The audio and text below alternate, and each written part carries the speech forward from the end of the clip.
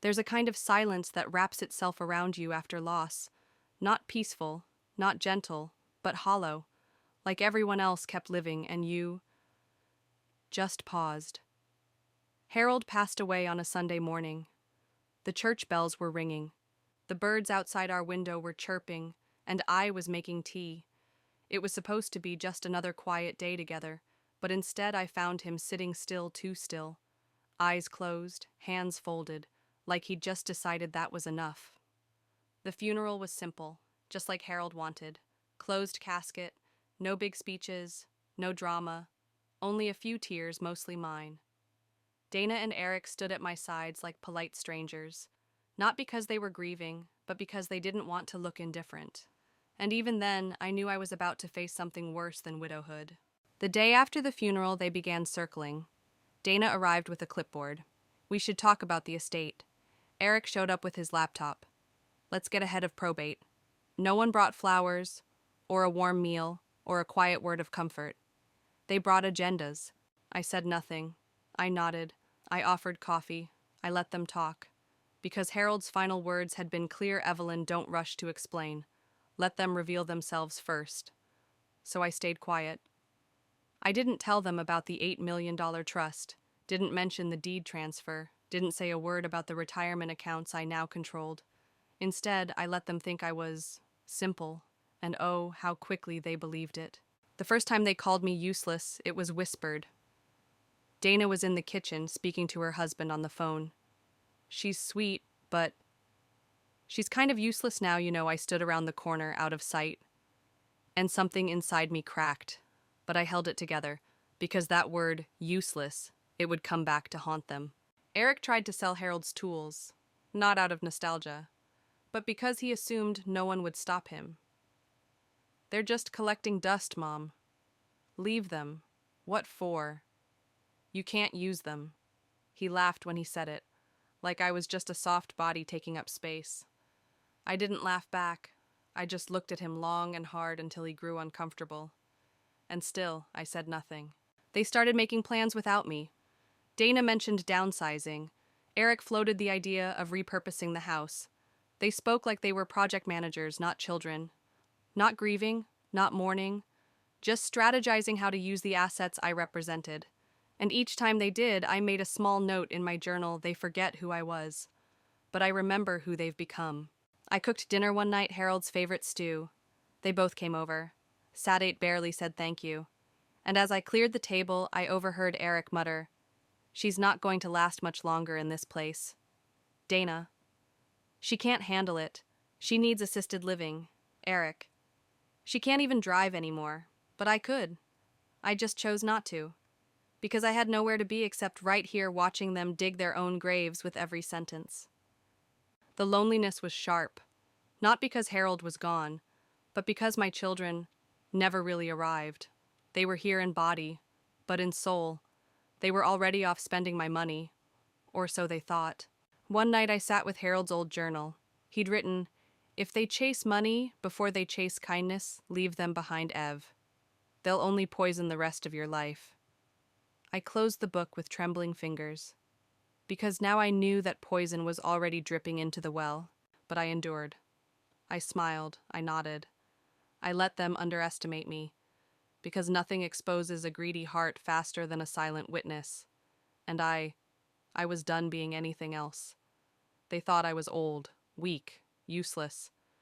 But I was just quiet, because I knew the loudest truths are the ones whispered at the right moment, and mine was coming. Frustration is when the storm begins to build, but you're still forced to smile like it's a sunny day. It's when you hold the boiling pot of your own dignity and watch them chip away at it with every word, every plan, every assumption. It started with the calendar.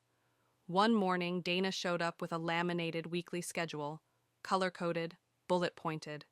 "It'll help keep you organized, Mom." She stuck it to the refrigerator like a daycare menu. Monday, meds and laundry. Tuesday, Dana brings groceries. Wednesday, Eric reviews finances. There was no do what you want, no take your time. Just a plan to manage me like an overdue task. "I've lived 76 years without needing a babysitter," I said. Dana laughed. It's just structure. No, it was control. Eric wasn't better.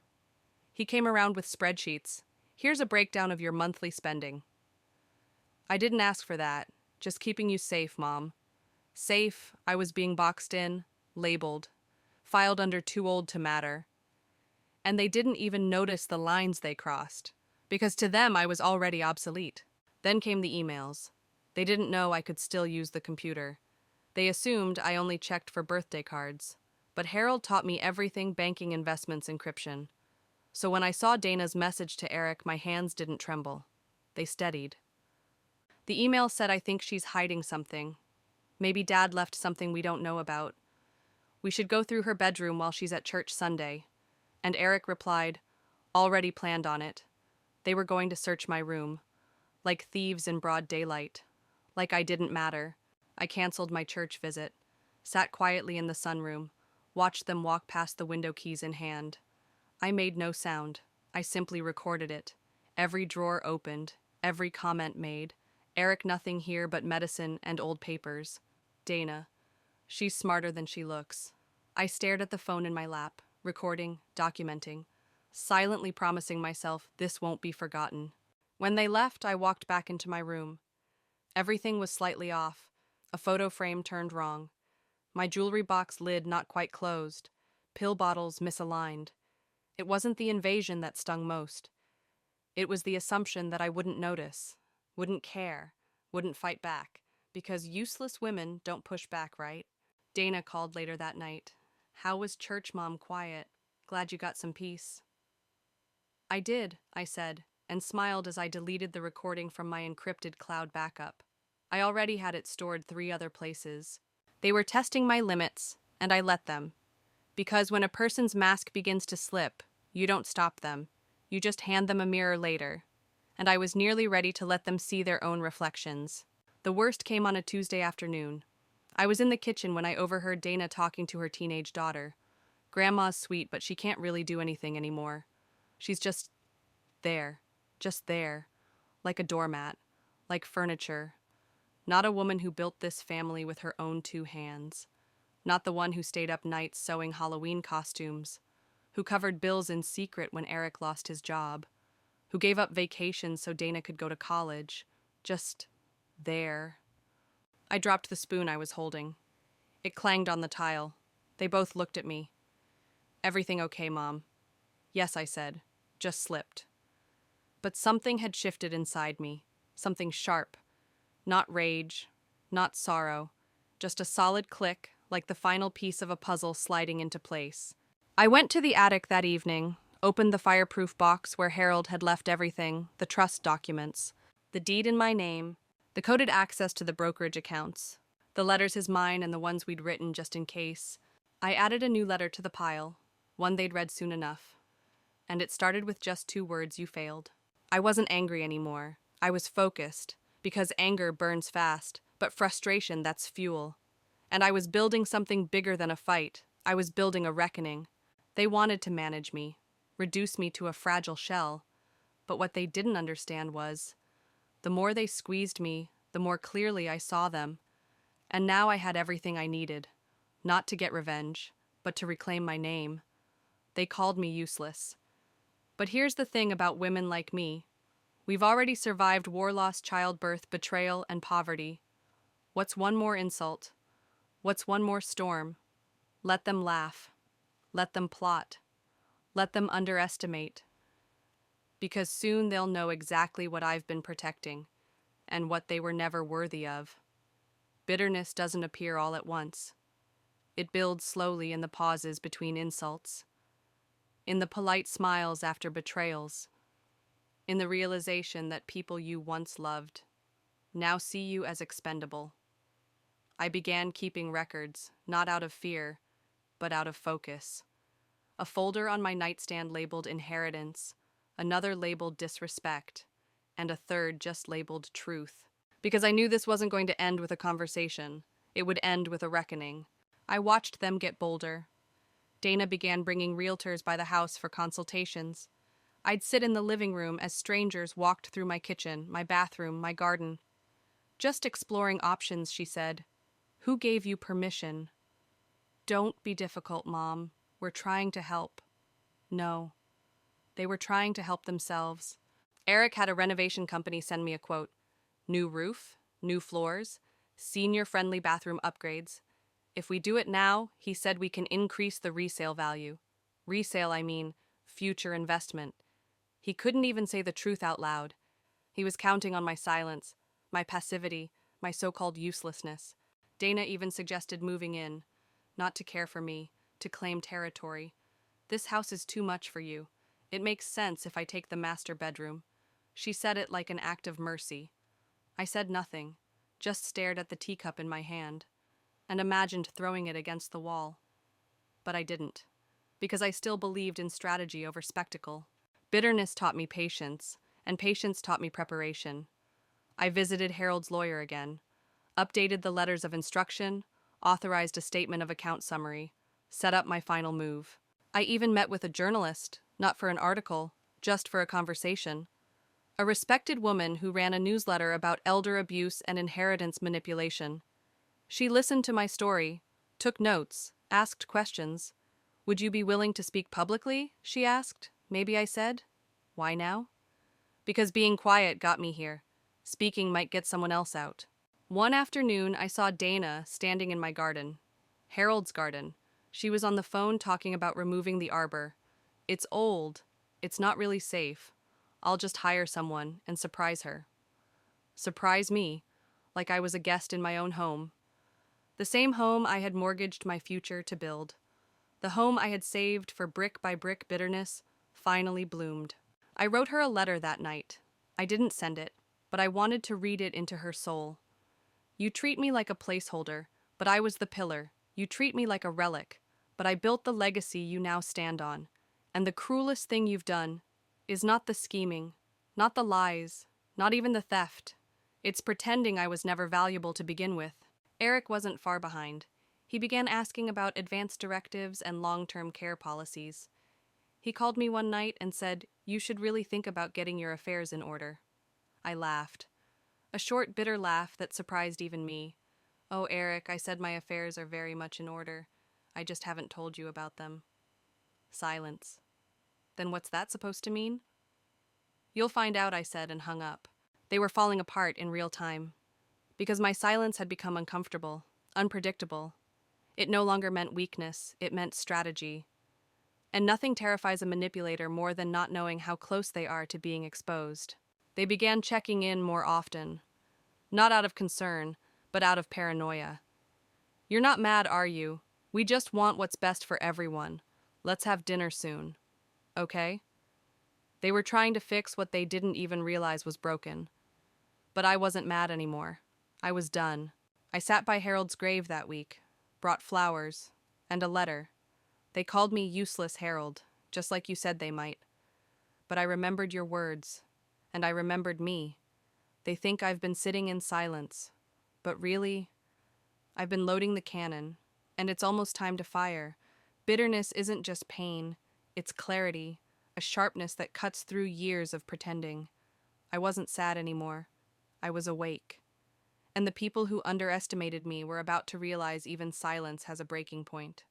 Sometimes the loudest revenge is saying nothing at all, just watching, not blinking, letting them hang themselves with the very rope they wove from lies, assumptions, and greed.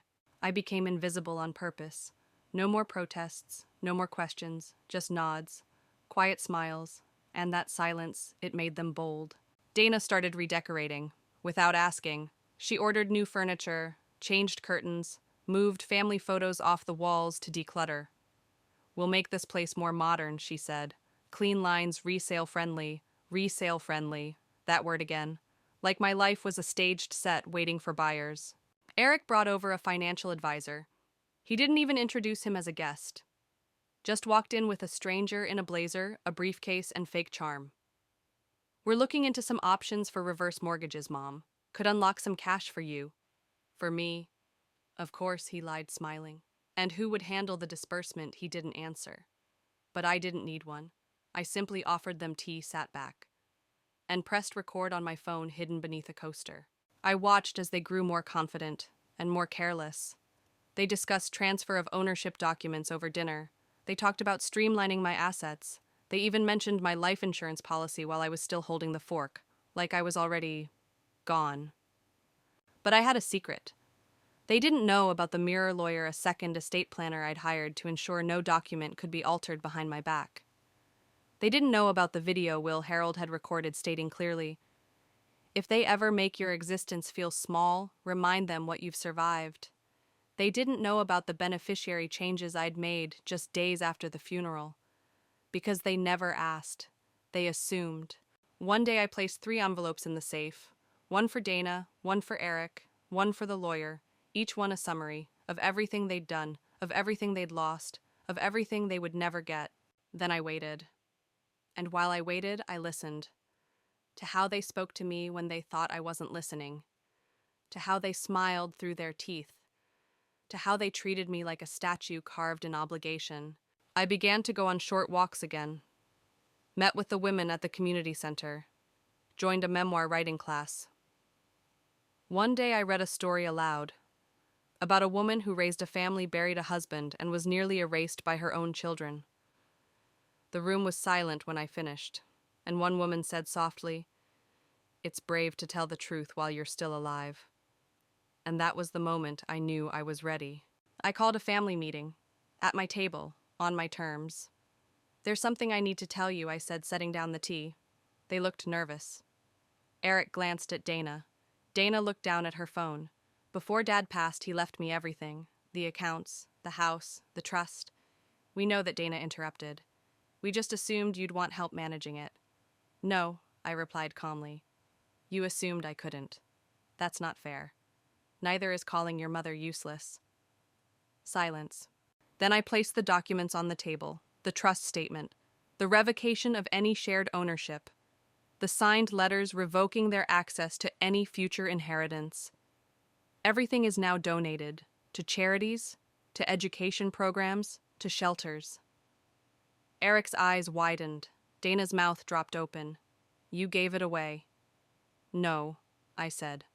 "I gave it to people who actually see me, who know my name, who don't need to manage me to feel powerful." They didn't speak. They didn't apologize. They just sat there, stunned. Because in that moment, it hit them.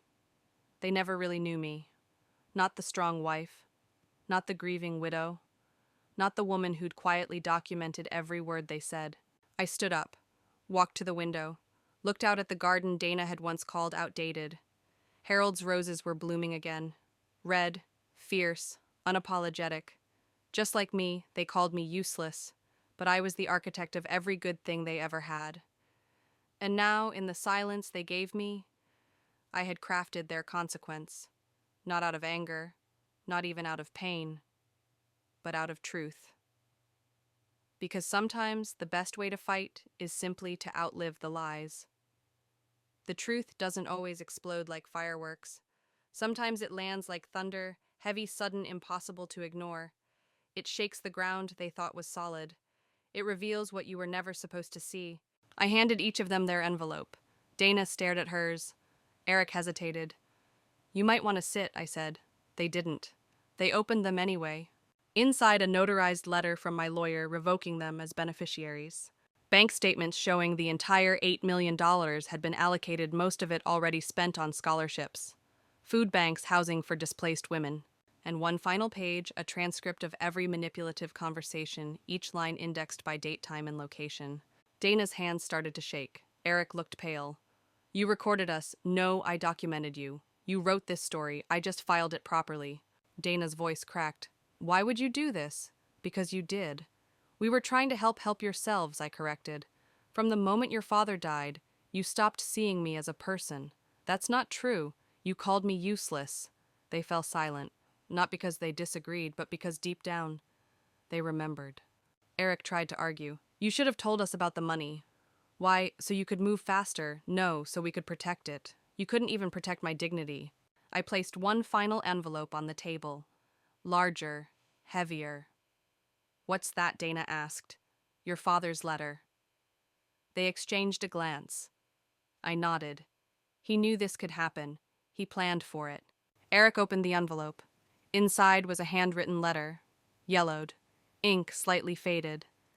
Harold's writing, still strong, still sure. If you are reading this, it means you forgot who your mother is. It means you valued what she could give you more than who she is. You called her useless, but Evelyn built the life you now step on like a rug. She sacrificed vacations, dreams, and rest to give you stability, and now you're trying to sell that stability for a newer kitchen and nicer curtains. Dana cried. Eric couldn't meet my eyes. You are no longer in this trust. This isn't punishment. It's consequence. If your mother decides to forgive you, it'll be her gift. But don't expect it. She owes you nothing now. And if you ever try to hurt her again, everything goes public. Harold. I stood up. You asked what I've been doing for the past 6 months.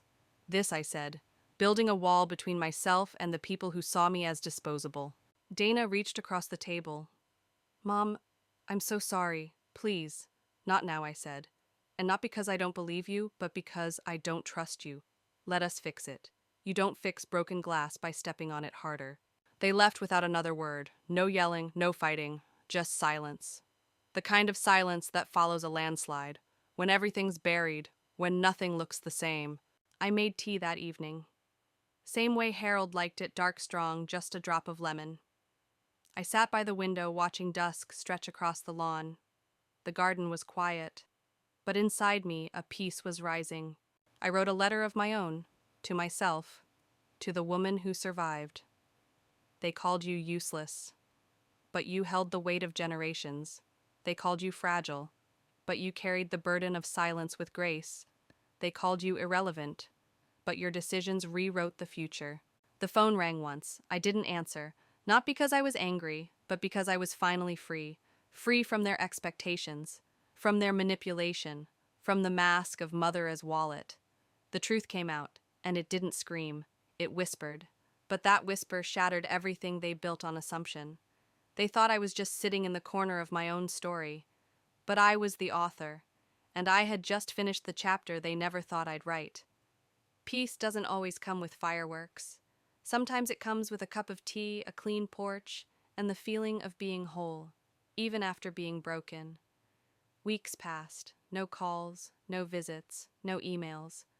And for once my days weren't filled with tension, only space. I joined a storytelling group at the local library. Every Wednesday morning, 6 women and I sat around a circle. They shared stories of betrayal, of long marriages, of raising children who eventually forgot them. And I shared mine. Quietly, honestly. I didn't say their names. I didn't have to, because every woman there already knew them. Dana sent me a letter, handwritten.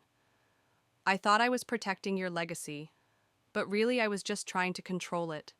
I understand now if you never want to speak to me again, but I will never again call you useless, because what you did, how you handled all of this was the strongest thing I've ever seen. I folded the letter and tucked it into the same box where I kept Harold's. Forgiveness, maybe, one day. But for now, I was more interested in healing than reconciling. Eric never reached out. I saw in the paper that his business had collapsed. A quiet note in the legal section, filing for reorganization. He too was learning about value, real value. I redecorated the house not for them, for me.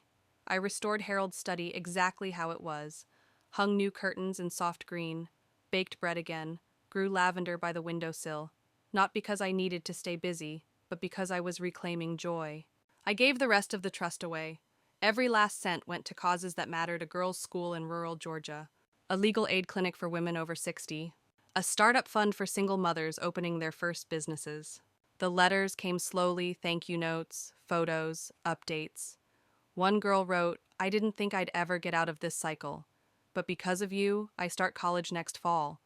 And for the first time in years, I cried. Not out of pain, but out of release. People in the neighborhood started stopping by. They brought tomatoes, handmade scarves, baked pies. Not because I was rich, because I was seen again. Not as that widow. Not as the old lady with the big house, but as Evelyn. A woman with stories, with strength, with her name reclaimed. One afternoon I returned to Harold's grave, sat on the bench beside it. The same one Eric had once suggested we remove for landscaping purposes. I brought Harold his favorite cookies, shortbread with a hint of nutmeg, and I spoke softly. You were right, love. They didn't see me, but now the whole world does. You told me silence would reveal everything, and you were right again. I didn't need to shout to be powerful. I just needed to wait long enough for them to show their hand. A neighbor's child ran up to me that afternoon, held my hand with warm, sticky fingers. My grandma's gone, but my mom says I can call you Grandma Evelyn if I want. I knelt down. I would like that very much. At night, the house feels warm again. I drink tea on the porch. I read long novels. I let the wind move through the curtains like a whisper from the past. Harold's favorite jazz record plays low, and in that stillness, I finally understand I was never useless. I was just unappreciated. And now I don't need anyone to validate me, because everything I did, from building a life to enduring betrayal to letting go, was proof of immeasurable worth. Ending, satisfaction and bittersweet peace. They called me useless, but I was the architect of the very life they tried to claim. They wrote me off. So I rewrote the ending. And now, with nothing left to hide and nothing left to prove, I sit in peace. A cup of tea, a warm breeze, a heart full not of anger, but of quiet triumph. What time is it where you're watching this final part, and where share it in the comments so we can breathe in this peace together? And if you've ever been underestimated, erased, or called useless in your own home, share your story. Let silence become strength.